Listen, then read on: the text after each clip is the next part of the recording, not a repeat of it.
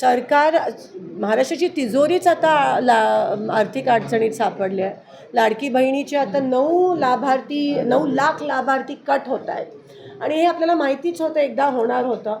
त्या लाडकी बहीण योजनेकडे सगळे पैसे वळवल्यामुळे अनेक योजना, PM किसान, संजय निराधार, सगळ्या योजना बंद आहेत. सरकारनी एवढं पण सांगितलं की तुम्ही जर एका योजनेचा लाभ घेत असाल तर तुम्हाला दुसरी योजना आम्ही देऊ शकणार नाही. इथपर्यंत ह्या लेवलला येऊन सरकार जर पोचली असेल तर ती शोकांतिका आहे. लाडकी बहीण आपण म्हणतो एक आय वॉश होतं. ॲक्च्युली त्यांना EVMच करायचं होतं, पण EVMवरच कसं म्हणून लाडकी बहीणमुळे आम्ही जिंकलो. ॲक्च्युली ते EVMमुळे, त्यासाठी ती लाडकी बहीण समोर आणलेली.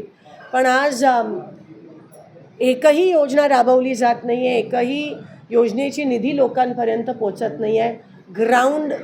ग्रास रूटला खूप अडचणीत लोक आहेत. फक्त सत्तेत असणारे सत्तेची मजा घेत आहेत, सत्तेचा गैरवापर करत आहेत, अब्यूज ऑफ पॉवर.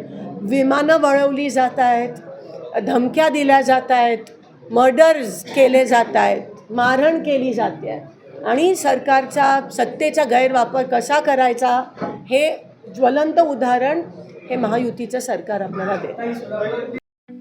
ठळक घडामोडींसाठी देशोन्नती न्यूज चॅनलला सबस्क्राईब करा आणि बेल आयकॉन प्रेस करा.